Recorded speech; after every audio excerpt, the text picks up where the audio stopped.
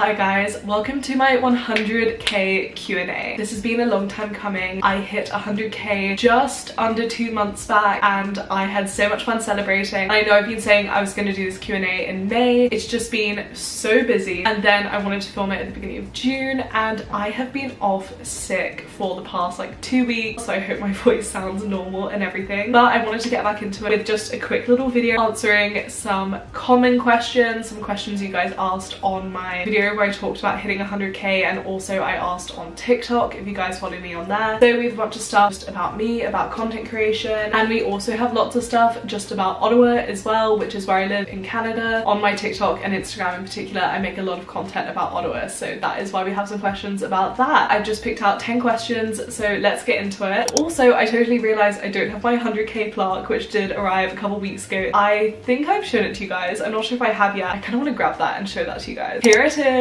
This is my 100k plaque and I was so excited to get it. Obviously, I've seen pictures of these, I've seen videos of these, but I've never held one like this before. But I absolutely love this and I'm so excited. I have it sat on my desk. I absolutely cried opening this. This is so amazing. Thank you to every single one of you who subscribed, and I look forward to celebrating more achievements with you guys in the future. Okay, I wanted to put this in as the first question because I get asked this all the time, and that is, where are you from? So sometimes it can be a bit hard to tell from my accent, and I am from Australia. I was born in Canberra, which is the capital of Australia, and then I moved to the UK when I was young, so I always had a bit of a mixed accent. But then I spent a lot of my teenage years and like middle school in Adelaide, which is back in Australia, and then I finished high school and went to university in the UK, which is where I picked up the accent I mostly have now. But as I mentioned earlier, I live in Canada. I've lived in Vancouver and now Ottawa, so I do really have a mix of accents. A lot of my content is about Canada, so yeah, it can be a bit weird, but if you wanted to know, that is where I am from. My second question is, where do you get the ideas for your videos from? My videos have always just been about my life and what I'm up to, so I haven't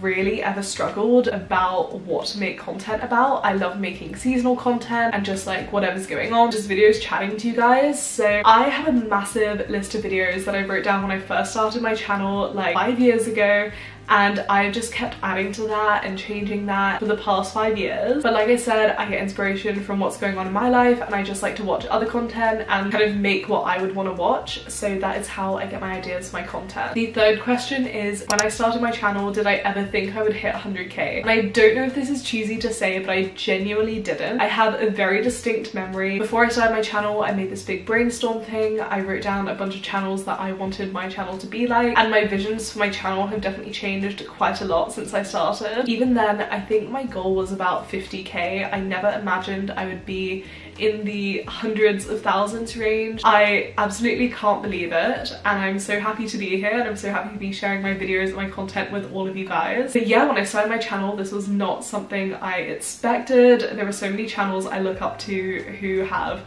all different ranges of amounts of subscribers. Some of my favorite YouTubers have less than 5k, so I definitely didn't picture myself in this position, but I'm so glad to be here. Question number 4 is, what are my favorite videos to film? And I love filming all kinds of different videos. I used to find talking videos a bit weird right at the beginning. I don't think I was very good at talking to the camera, but now I literally just think of chatting with the camera as if I'm chatting to a friend. So I really like filming talking videos, less so when I'm sick like I am now, because it's kind of hard to talk, but it is very relaxing and therapeutic to just chat with you guys. I also love doing monthly resets, any kind of reset videos where I am getting stuff organized, and I love doing vlogs, especially if I'm doing something really fun.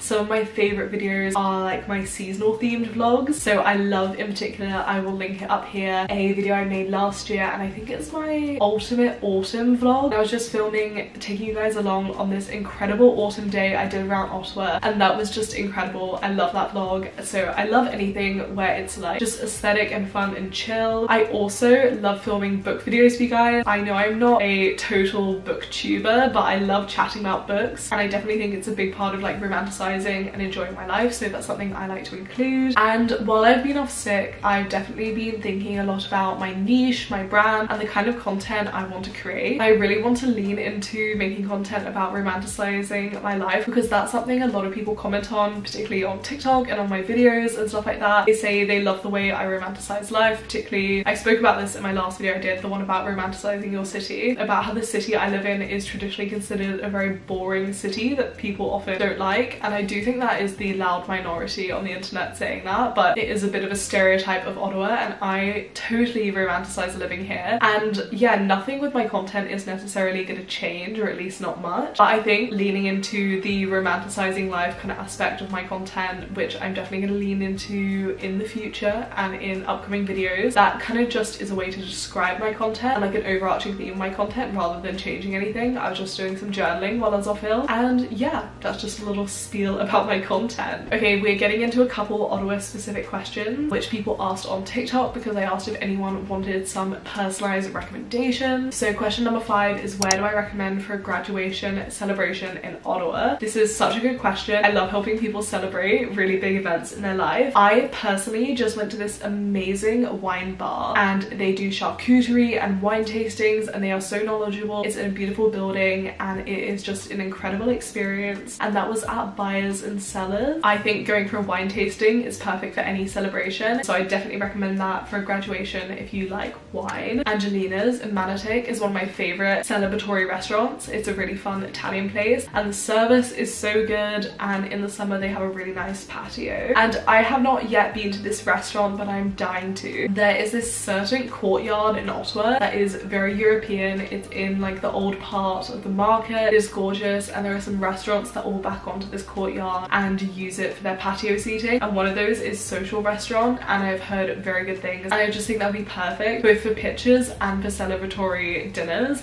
And that was something really big when I was organizing my graduation dinner. I really wanted somewhere that was really pretty for photos as well as having good food, and all of these places I think really fit that. And kind of in a similar vein, question number 6 is, where do I recommend for a birthday celebration? So I've included a couple different places for different types of birthday celebrations. So starting off with a restaurant. If you wanted to do a birthday brunch, I've heard really good things about Cantina Gia. I have not been yet, but I'm dying to go. And then one of my favorite brunch spots in Ottawa is a place I'm going to pronounce wrong because I'm pretty sure it's a Dutch word, but me and my boyfriend Jake, we call it gezellig because that is how it is spelt, but I'm sure that is not how it's pronounced. It is a really nice, just well done, aesthetic, calming, good service place in Ottawa. They do lunch, dinner and brunch, but it is one of my favorite places to go, particularly for brunch, and they have incredible banana bread French toast. Like I mentioned earlier, Angelina's is really good. They also do brunch, lunch and dinner, but I would say for a birthday, their brunch, especially if it's a summer birthday, outside in their patio where they have a bunch of flowers,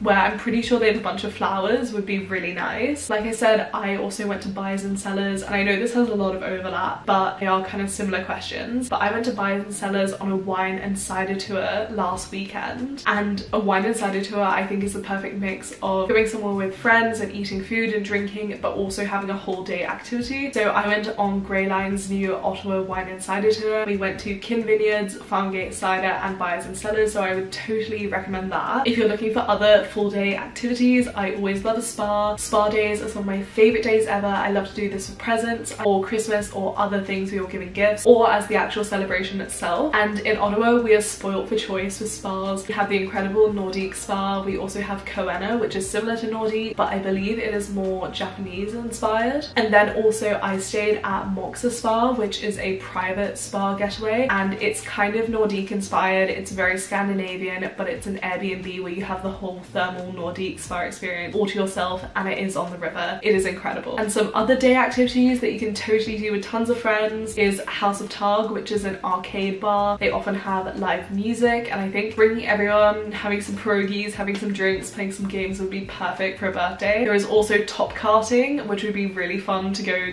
karting with friends, and four wheelies. I have not been yet because I'm kind of scared that I'm totally gonna fall over if I go roller skating, but it's meant to be really fun, and I know they do music and everything, and I do really need to go and try it out. Okay, this next question is quite specific, but like I said, I pulled these from my TikTok where people were asking questions to me, and I do often talk about things to do in downtown or West Ottawa or in small towns around Ottawa. But this person asked for things to do in Ottawa East Side that aren't restaurants, and I thought this was such a good question, so I have some recommendations, and a lot of these are really good for the summertime. So first of all, we have Robert Plant Greenhouse, which is a gorgeous greenhouse with a coffee coffee truck. I've made a video about this on Instagram and TikTok and you guys are absolutely loving it, and it is just a gorgeous place to go. It is a bit far from me where I live in Ottawa, but if I could I would go there way more often. Rideau Hall is also gorgeous. It is a historic building with beautiful grounds in the east side of Ottawa. I'm just reading a little bit here from the internet to get some specific information for you guys on it because it's a lovely historic residence. It is the official residence in Ottawa of both the Governor General of Canada and the Canadian monarch. It has 175 rooms and it is 9,500 square meters. It is a massive building with beautiful gardens and it was built in the 1830s. There is also the Canadian Aviation and Space Museum. There is the NCC River House, which I believe is a renovated 100-year-old river house with a swimming spot, gelato, and I think some like sandwiches and drinks on the river. There is Bad Axe Throwing, which is obviously axe throwing. Cumberland Heritage Village Museum, which is a museum out there, and I love little small boutique museums, particularly about old houses. They're one of my favorite things to do. And there is also Petrie Island, which is meant to be a beautiful spot to see nature out on the east side of Ottawa. Question number 8 is, this person is visiting Ottawa for a week. What are the must-see things? So obviously Byward Market, Parliament, Fairmont Chateau Laurier, walking through downtown, all of that is a must-do, and you can definitely take one day or even 2 days out of your trip to focus on these things. I also always recommend stopping at Little Victories, which is right in the middle of downtown when you are doing this kind of walk. It is the perfect coffee shop with really good coffee and sweet treats if you are walking from Byward Market to Parliament. I also really recommend spending a day checking out Lansdowne and the Glebe. It's also perfect because there are a lot of really fun festivals and markets, particularly on the weekends during the summer in this area, so it's just so fun to walk around. There are so many amazing restaurants and cafes there, and I don't have any specific recommendations because there is just so much to do, but you should definitely keep an eye on stuff like my TikTok, other local influencers TikTok, or check out Ottawa Farmers Markets, 613 Flea, all that kind of stuff is all going on there. Gatineau Park is beautiful in absolutely every season and it is a must-see. Obviously this isn't technically Ottawa,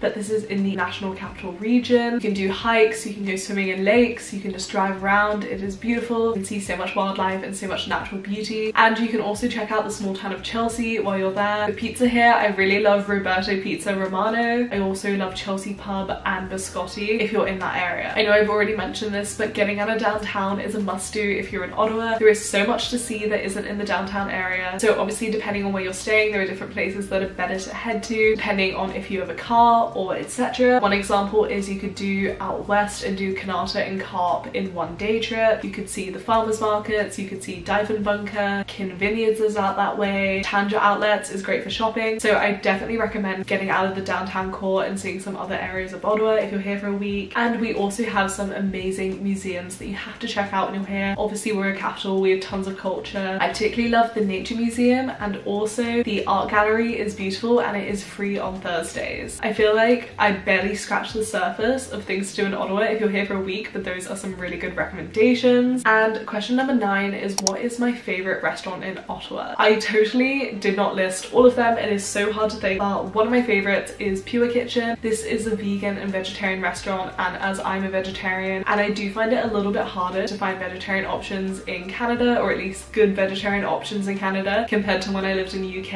and Australia. Pure Kitchen is always a go-to for really good high quality vegetarian food, and not just vegetarians and vegans like this place. I think it is very popular among everyone in Ottawa, and they also do great coffee and great freshly pressed juices as well. My favorite ramen spot in Ottawa is a must mention. That is Ramen Ishin, and they are so good. They have tons of meat and vegetarian options and some really good flavors, and it is just so delicious. And then also I wanted to mention Gazelig, which I am again not pronouncing right, but that is probably my favorite brunch spot at the minute. And my 10th question, I thought I would answer this question, which I get so much as a content creator, and I thought it might be a bit interesting to you guys. So what happens if a brand sends me a product, or I go to a restaurant or an experience that is hosted by a brand and I don't like it? People are always so interested to know this. Personally, I have not experienced this yet. I am very lucky that I haven't ever been sent something by a brand that I really did not like. Obviously, if I'm getting sent food or skincare, there are always personal tastes and personal things